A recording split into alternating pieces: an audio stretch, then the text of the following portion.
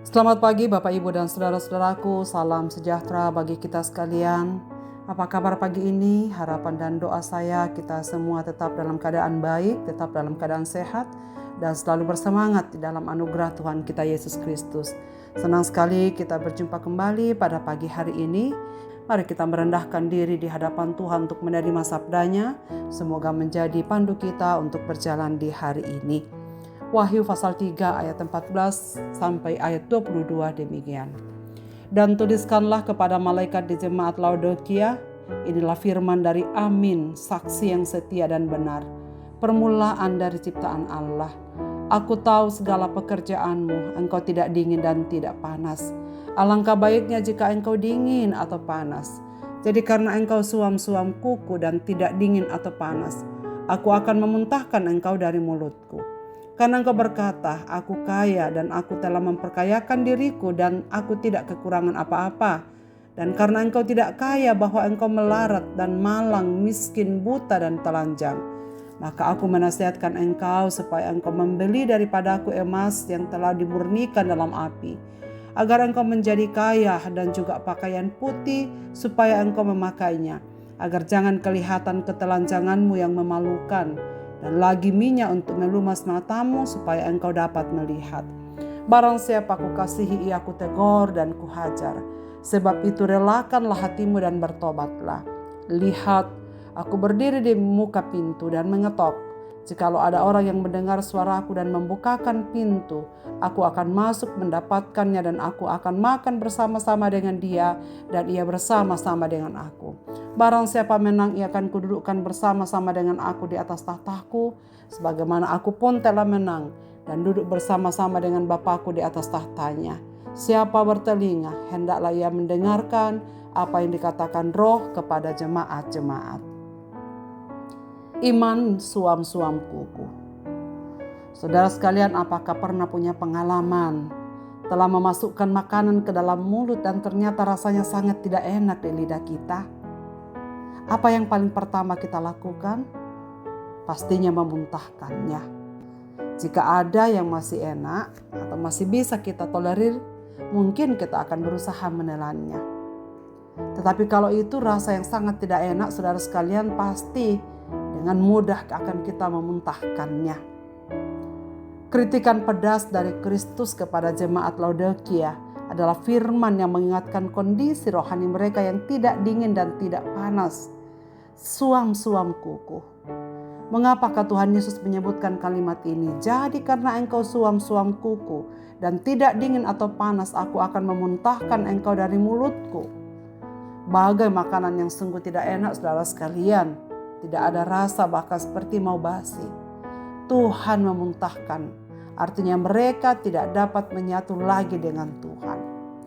Siapakah jemaat Laodikia sebenarnya? Jemaat ini adalah jemaat yang berdiri oleh Antiochus II di dalam kota yang didirikan oleh raja ini, yakni keturunan dari salah satu jenderal Iskandar Agung. Kota Laodikia dinamakan Laodikia sesuai dengan nama istri Antiochus, yaitu Laodike, yang diceraikan pada tahun 253 sebelum Masehi.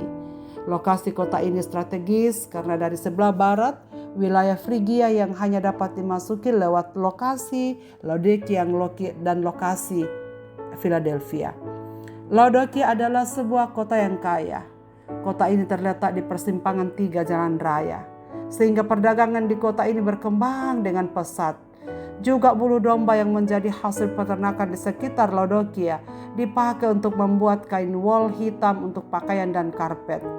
Kain itu lebih dihargai karena lembut dan mengikat. Penjualan wol, karpet, kain, dan pakaian itu merupakan satu sumber kekayaan mereka. Oleh karena perdagangan dan pendapatan dari wol hitam itu, maka Laodikia menjadi kota perdagangan yang kaya dan kota administrasi. Di kota Laodikia ada minyak pelumas untuk mata yang terkenal dihasilkan oleh sekolah kedokteran di masa itu. Tidak heran saudara sekalian jika jemaat di Laodikia merasa hidup cukup dan kaya, bahkan berhasil mereka kumpulkan. Namun bagaimana Tuhan menilai mereka? Mereka miskin dan buta rohani. Jemaat yang suam-suam kuku adalah jemaat yang berkompromi dengan dunia dan mirip dengan masyarakat di sekelilingnya. Mereka mengakui kekristenan, bahkan mengaku orang Kristen, namun pada kenyataannya malang dan menyedihkan secara rohani, sebab hidup tidak sesuai dengan prinsip-prinsip Kristiani. Dengan keras Kristus memperingatkan jemaat akan hukumannya terhadap orang-orang yang suam-suam kuku secara rohani. Dengan tulus Kristus mengundang jemaat ini untuk bertobat dan untuk dipulihkan kepada tempat iman, kebenaran, pernyataan, dan persekutuan yang sesungguhnya.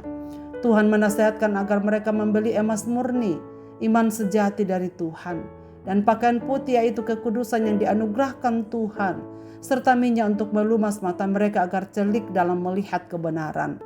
Itulah kekayaan rohani yang dibutuhkan oleh setiap orang Kristen, termasuk orang-orang Kristen di Laodikia pada masa itu. Saudara sekalian, berbahagialah jika Tuhan menegur kita dalam kondisi iman yang suam-suam rohani, karena Dia mengasihi dan mau agar kita hidup dalam pertobatan. Dan seringkali apa yang dilakukan itu adalah keras bagi kita, karena Tuhan menghajar orang yang dikasihinya. Tuhan seringkali mengetuk pintu hati kita agar selalu mendengar firman-Nya dan membuka pintu hati serta mengundang Tuhan untuk masuk dalam hidup kita. Sehingga kita di dalam Tuhan, Tuhan di dalam kita, dan kita menyatu dengan Dia. Sebab Ia mengatakan, di luar aku kamu tak akan mungkin bisa berbuat apa-apa.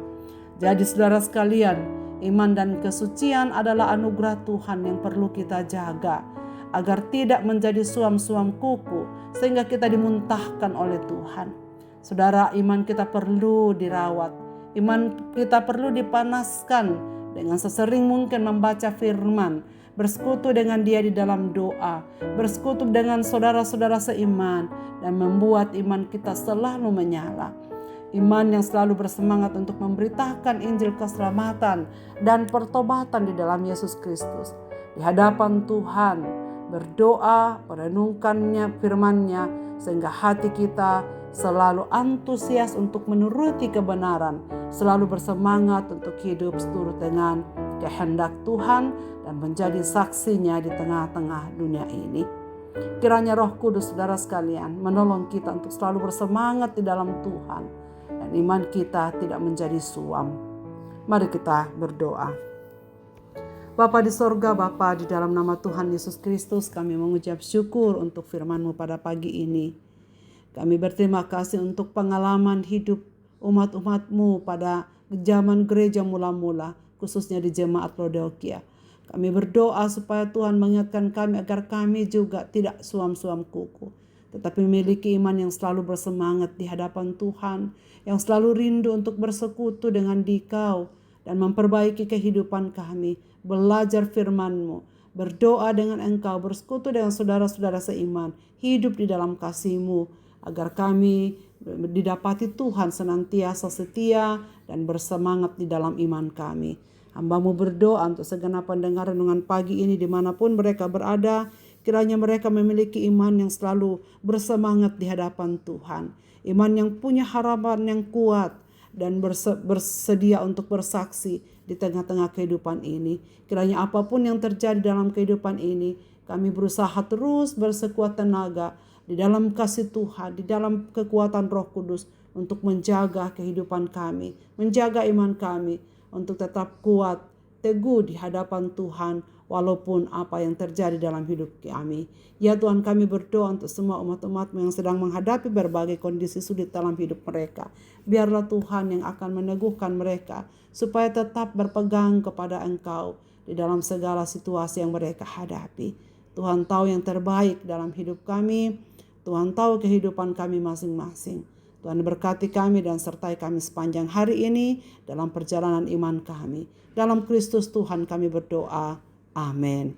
Selamat beraktivitas Bapak, Ibu, dan saudara-saudaraku. Tuhan Yesus memberkati kita sekalian dengan firman ini.